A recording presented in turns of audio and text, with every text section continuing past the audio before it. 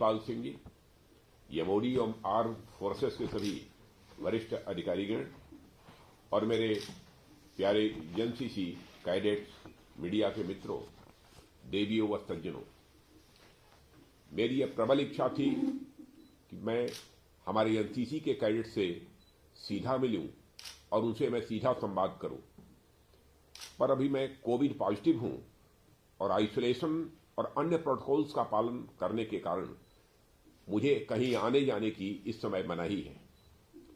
लेकिन हमारे एनसीसी के बच्चों को लेकर मैं इतना उत्साहित और पॉजिटिव रहता हूं कि कोविड का पॉजिटिव होना भी मुझे आप लोगों से रूबरू होने से रोक नहीं पाया और बातचीत करने के लिए मैं आप लोगों के बीच आज उपस्थित हूं। सबसे पहले आप सभी से मैं अपनी कुछ व्यक्तिगत बात साझा करना चाहता हूं। अपनी पॉलिटिकल जर्नी शुरू करने से पहले मैं एक स्टूडेंट, एक कैडेट और फिजिक्स का एक टीचर भी रहा हूं। इसलिए जब जब भी नेशनल कैडेट कोर के किसी इवेंट में जाने और कैडेट से मिलने का अवसर मिलता है तो मेरे अंदर का पुराना शिक्षक भाव जागृत हो उठता है और मेरा पूरा प्रयास रहता है कि मैं ऐसा मौका किसी भी सूरत में हाथ से न जाने दूं। मित्रों, ऐसा इसलिए भी होता है क्योंकि आप सबके अंदर मुझे हमारे भारत की एक झलक दिखाई देती है। एक ऐसा भारत जिसके शरीर अनेक हैं पर आत्मा एक है, जिसकी ब्रांचेज अनेक हैं पर रूट एक है।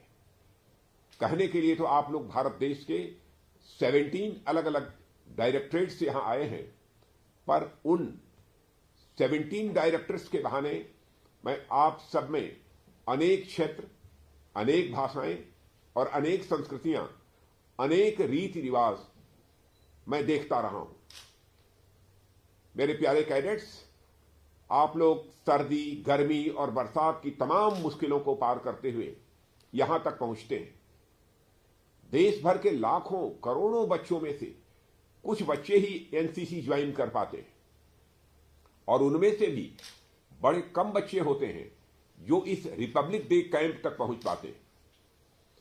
पर आप लोगों ने कभी यह सोचा है कि एनसीसी जैसे ऑर्गेनाइजेशन का मकसद आखिर क्या है, या फिर आपने एनसीसी को क्यों ज्वाइन किया है? क्या आपने एनसीसी केवल घूमने टहलने और कैंप करने के लिए ज्वाइन किया है, या फिर वर्दी पहनने के लिए, या फिर बी और सी सर्टिफिकेट प्राप्त करने के लिए ज्वाइन किया है? और एनसीसी में आने के बाद आपने अपने अंदर कुछ बदलाव देखा है या नहीं देखा है?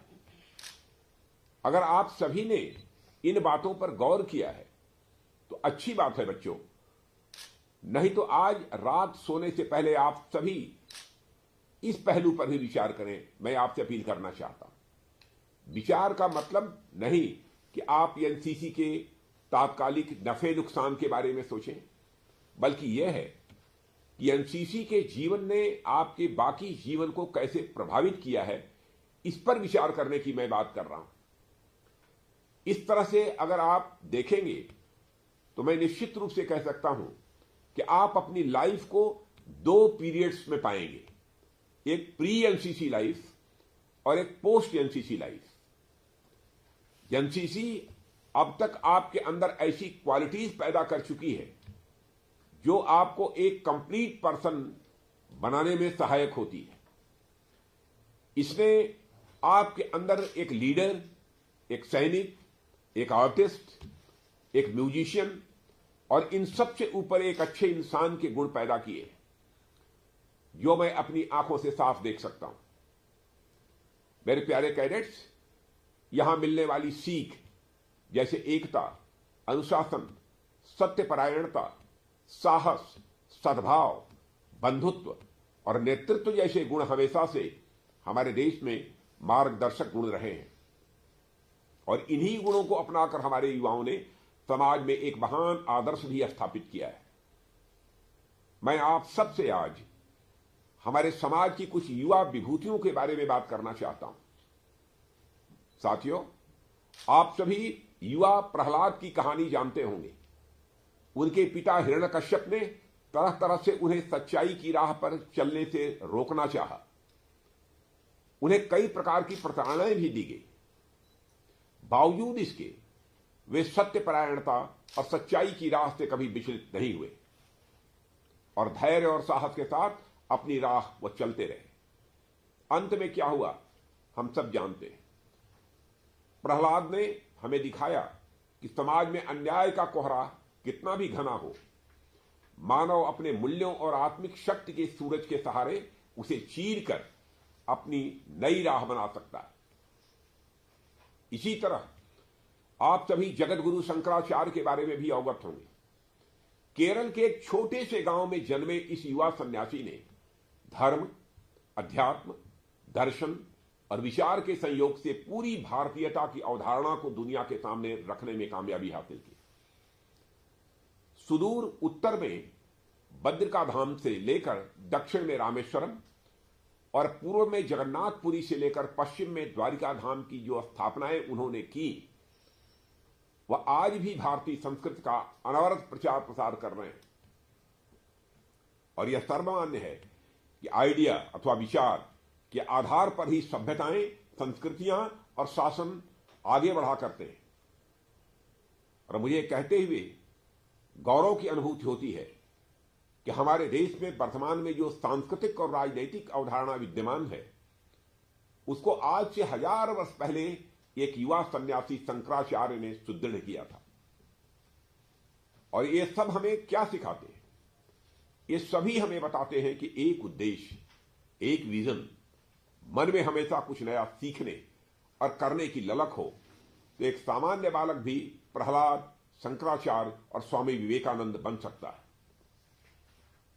मेरे प्यारे कैडेट्स, इसी तरह आप इतिहास उठाकर देखेंगे तो बुद्ध, महावीर, कबीर, नानक से लेकर रानी लक्ष्मीबाई, सावित्रीबाई फुले, महात्मा गांधी और डॉक्टर अंबेडकर इन्हीं गुणों के आधार पर आज हमारे आदर्श व्यक्तित्व हैं।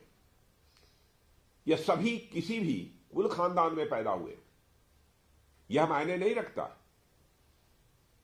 कितने धनवान रहे हो, यह मायने नहीं रखता कितने धीरवीर रहे हो, यह मायने नहीं रखता। मायने अगर कुछ रखता है तो यह कि इन्होंने अपने समाज और राष्ट्र के लिए क्या किया। मायने यह रखता है कि उन्होंने तत्कालीन समाज को ऐसी राह दिखाई जो आज भी हमारे लिए गाइडिंग लाइट का काम कर रही है। नेशनल कैडेट कोर का भी उद्देश्य यही है कि वह आपके अंदर उन गुणों को विकसित करे जिससे आप स्वयं तो अपनी राह निर्मित कर ही सकें, साथ ही समाज को भी एक नई दिशा दे सकें। साथियों, इस उम्र में कई बार हमें लगता है कि बातें तो सब ठीक हैं, पर अभी 17-18 ईयर्स में हम भला कर भी क्या सकते हैं? यह तो अभी खेलने खाने का दिन है। जब समय आएगा तो कुछ किया जाएगा। ऐसा होता है कि नहीं? पर यहां मैं आप लोगों को ध्यान दिलाना चाहूंगा कि अगर आप इतने टफ कंपटीशंस को पार करके डीजी एनसीसी परेड ग्राउंड पहुंच चुके हैं, यकीन मानिए कि आप जीवन में बड़े से बड़ा लक्ष्य भी अपनी मेहनत और लगन के दम पर हासिल कर सकते हैं। जरूरत है तो नए और बड़े सपने देखने की, उस पर पूरे मनोयोग से काम करने की, और सबसे महत्वपूर्ण अपने विचारों के बंधन को तोड़कर आगे बढ़ने की। यहां मुझे स्वामी विवेकानंद याद आते हैं। वह एक छोटी पर बड़ी महत्वपूर्ण कहानी सुनाया करते थे जो शायद आप लोगों ने भी कभी निश्चित रूप से सुनी होगी। किसी समय एक शेरनी एक बच्चे को जन्म देने के दौरान मर जाती है। नवजात शेर का बच्चा असहाय पड़ा होता है। संयोग से उधर से भेड़ों का एक झुंड गुजरता है। अकेले बच्चे को देखकर भेड़ों को दया आती है और वे सिंह शावक को अपने साथ लेकर चले जाते हैं। शेर का बच्चा मेमनों के साथ पलने बढ़ने लगता है। कुछ समय बीत जाता है, पर मेमनों के साथ खेलता, हरी घास चरता शेर खुद एक मेमना बना रहता है। एक बार घास चरते चरते शेर अपने झुंड से कुछ आगे बढ़ जाता है। वहां उसे एक दूसरा बड़ा शेर दिखाई देता है, जिसे देखते ही छोटे शेर के प्राण सूखने लगते हैं और वह में करता दुबक जाता है। क्यों? क्योंकि दिमागी रूप से वह अभी भी खुद को मेमना ही समझता है। दूसरे शेर को बड़ा आश्चर्य होता है कि एक शेर मैं और एक शेर यह है, फिर यह मुझसे डर क्यों रहा है? पूछने पर छोटा शेर बोलता है कि हम तो मेमने हैं और शेरों से हमें दूर रहना चाहिए, ऐसा हमें सिखाया गया है। बड़ा शेर उसे समझता है, नहीं, तुम एक शेर ही हो, पर उसे समझ में नहीं आता। गुस्से में बड़ा शेर उसे उठाकर एक झील के किनारे पटक कर बोलता है कि पानी में अपनी शक्ल देख और तय कर कि तू मेमना है या मेरी तरह एक शेर है। और पहली बार जब वह छोटा शेर अपने को पानी में देखता है, हनुमान जी की तरह उसे अपनी वास्तविक शक्ति का एहसास होता है मेरे प्यारे बच्चों, और वह ऐसी दहाड़ मारता है कि पूरा जंगल उससे कांप उठता है। अपने को पहचानने की क्षमता उसे सामान्य जानवर से जंगल के राजा की श्रेणी तक पहुंचा देती है। यही प्रेरणा आपके जीवन में भी आवश्यक है।